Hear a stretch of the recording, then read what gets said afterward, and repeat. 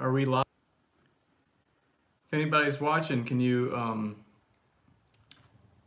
post a comment and see if you guys can hear me and everything, if the audio is okay?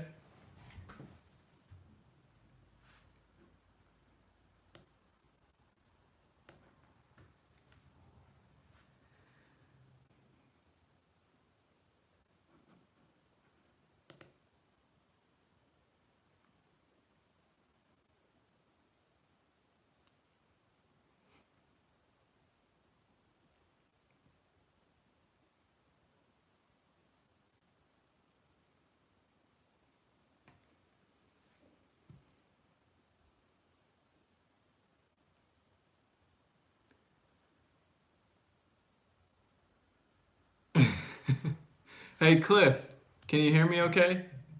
Hey Cliff, can you hear me okay?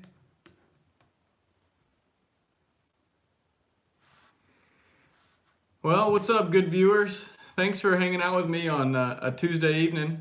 Um, Tonight I wanted to go over episode 1 of the Shop Talk Tuesday. Sorry, I won't be able to edit any of this out. This is live, you know what I'm saying? Well, anyway, so the goal for Tuesday evenings is I just wanted to go over a few things, whether it be a tool that I like or and that I want to share with you, or some supplies or materials that I work with, or even just what's happening behind the scenes here at GoodView Woodworks.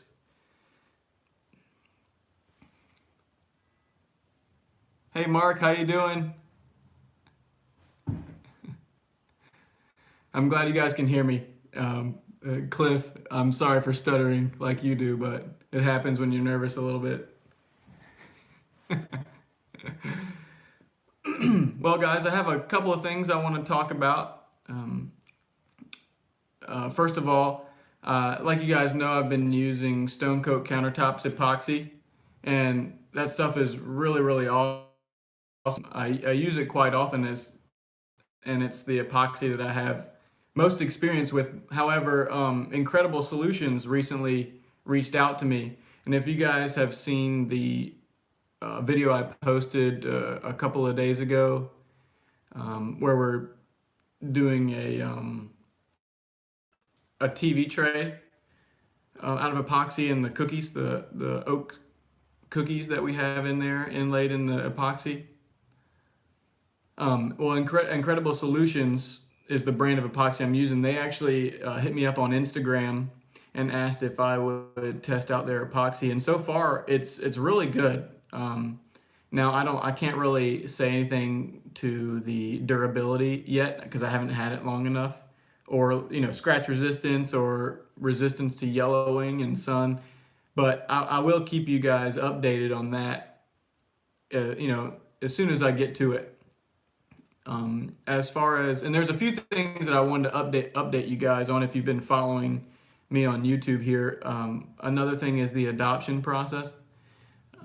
It's going really well. So as a matter of fact, right now we're in the active waiting stage. And what that means is we have some time in between when an adoptive mother is looking for somebody, and until they pick us and choose us, we have time that we need to take courses and training and some other things like that.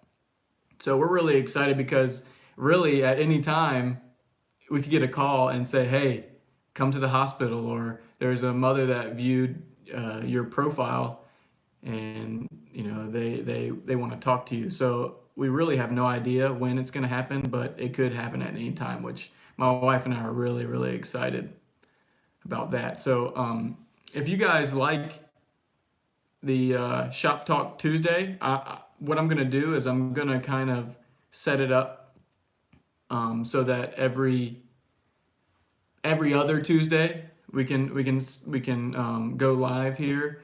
But if you guys really like it, I could probably do it every week. But we'll try it out for the first, maybe like twice a month or something like that. Okay, hey Mark. So you were adopted at birth. That's really, really awesome. Yeah.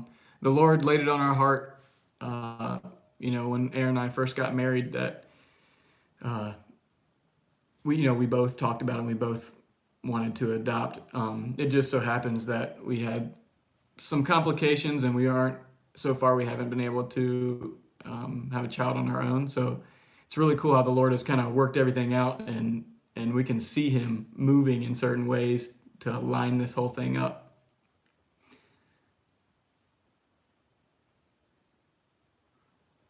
Moyer Farm homemade soap. You adopted 6? Wow. Wow. That is awesome and quite a commitment. Rock on to you too, brother. So tonight on Shop Talk Tuesday, really, I just wanted to play around with the live settings and just kind of give you guys an update. And there is one tool that I wanted to go over with you guys about, and that is my electric planer, the Ryobi electric planer. Now, I don't know about you guys, but I'm not really set on a certain brand. It doesn't matter to me to have all matching tools. So if you've seen some of my other videos, like I have a rigid drill and a rigid miter saw, but then I have a DeWalt planer. To me, it doesn't really matter. I usually go on Facebook and try to find things for cheap, because you see on these other people's videos they're using the Festools, which is like the snap-on for woodworking. Well, I can tell you, I'm on the craftsman budget, if you know what I mean. I have Festool taste, but I'm on the craftsman budget. So most of my tools like this that I bought new, they all have a story behind it. And what's cool about this planer is that I had a lady from church commission me to build her a big live edge slab table. You might have seen it in some of my earlier videos, where we use the stone coat as the final coating on the top. And it was a big piece of red oak. Sorry guys, I'm just reading some of your comments here.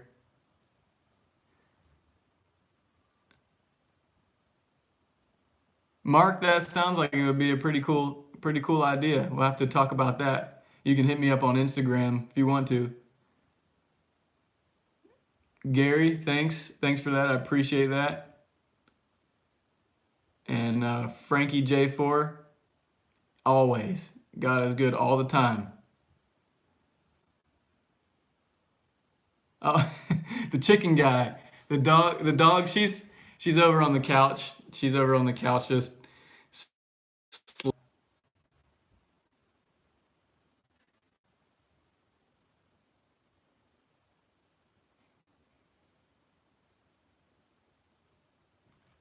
So anyway, thanks guys thanks for hanging out with me tonight. It's really cool to read the comments and kind of interact with you guys. So getting back to the electric hand planer, this is one of the tools that I actually bought new, and I usually don't do that because I don't do this full time yet, and it's not really worth buying a brand new tool every time I need one. However, I have done it, and that's what I mean by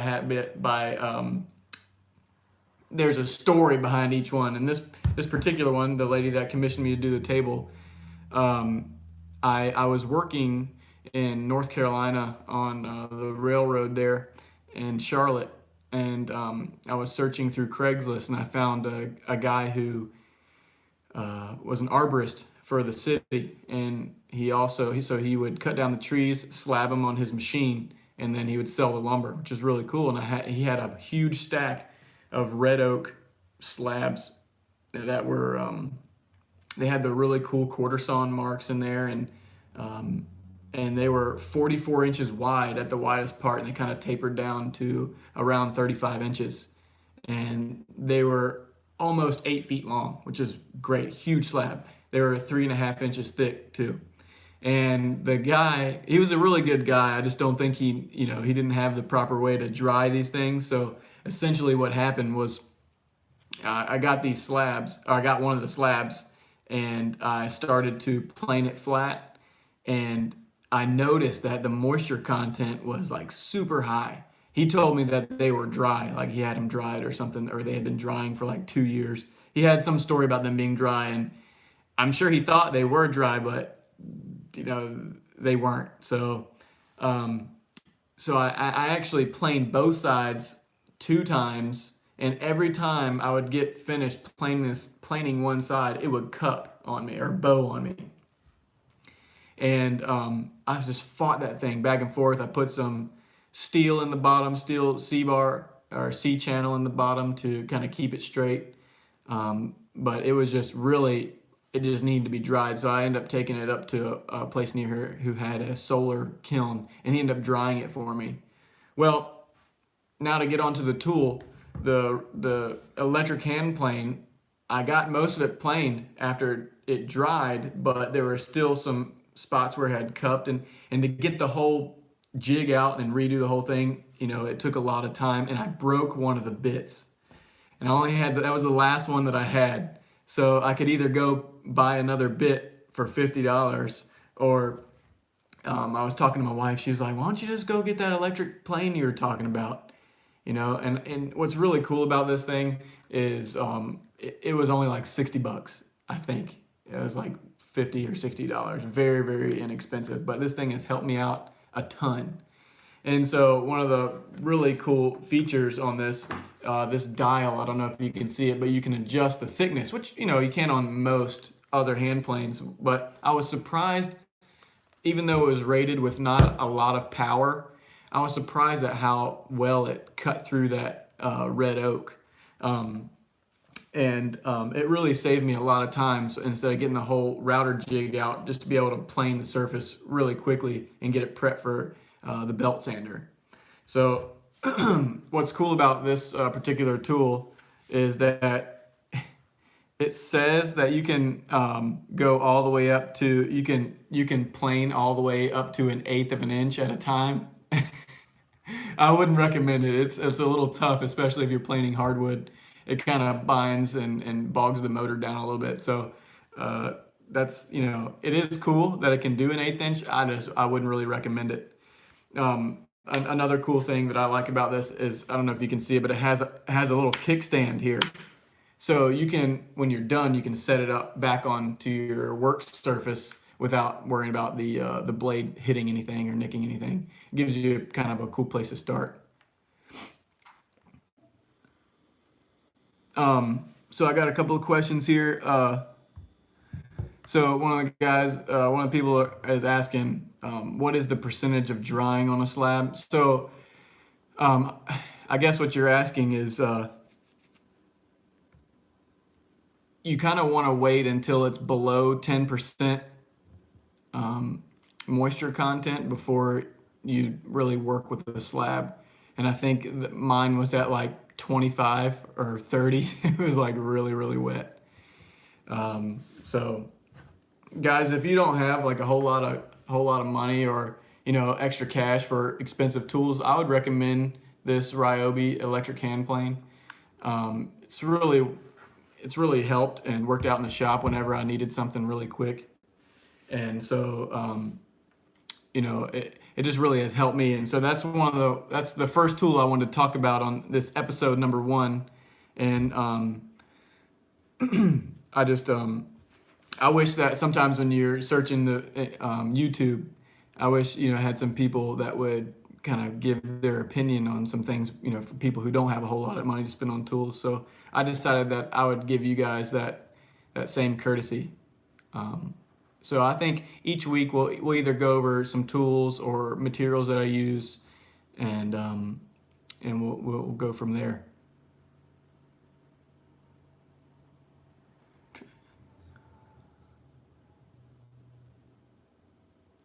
Yeah, Gary, it really is an excellent tool. I was surprised. I was a little skeptical on, that I would need it or that I would use it very often, but I actually do. So like sometimes I'll grab it whenever I have a big glue up, like a tabletop or something, and I just want to knock the top down a little bit. I'll just run that thing over it a couple of times, and I'm good to go. And it cuts down on the sanding time, which is really cool.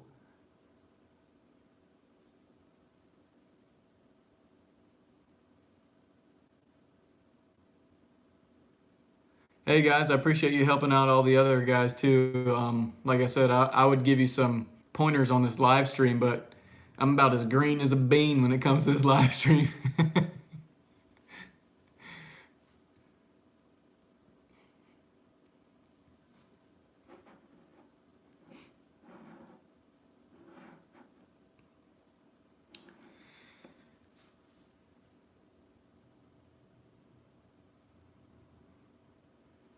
Oh, that's really cool. I've never actually seen people make joiners out of these little hand planers. Do they build like a little platform and mount it upside down, kind of like the way a joiner is set up? And yeah, Mark, I'll hit you up about the live stream a little bit later. Actually, you know, I'll just I'll hit you up on Instagram or something.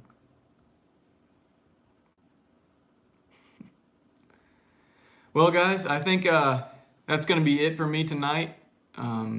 Thanks for all the people that came out and hung out with me tonight. That's really cool. You know, I wasn't really sure what to expect, but you guys are really cool. I really appreciate you coming and hanging out with me.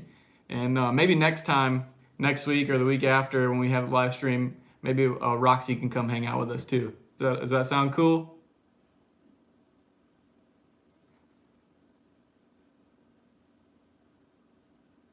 Hey, the chicken guy. Uh, yeah, yeah. Hit me up on my Instagram. If you go to my about page here on YouTube, look up my Instagram and send me. You know, maybe we can link up.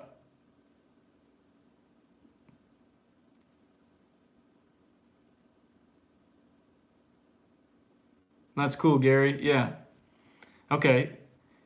Yeah, I'll have to see if I can search and find something like that. That'd be a cool little build or something to try out. Well, you guys be good, and I'll see you next time.